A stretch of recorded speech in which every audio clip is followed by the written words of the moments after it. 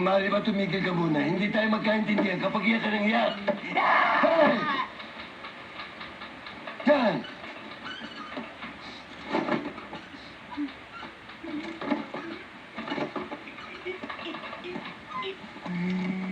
O ngayon, ano reklamo mo? Hindi ka ba dito? Ganito ang nangyari. Alam niyo, bagong salta ako dito sa Maynila.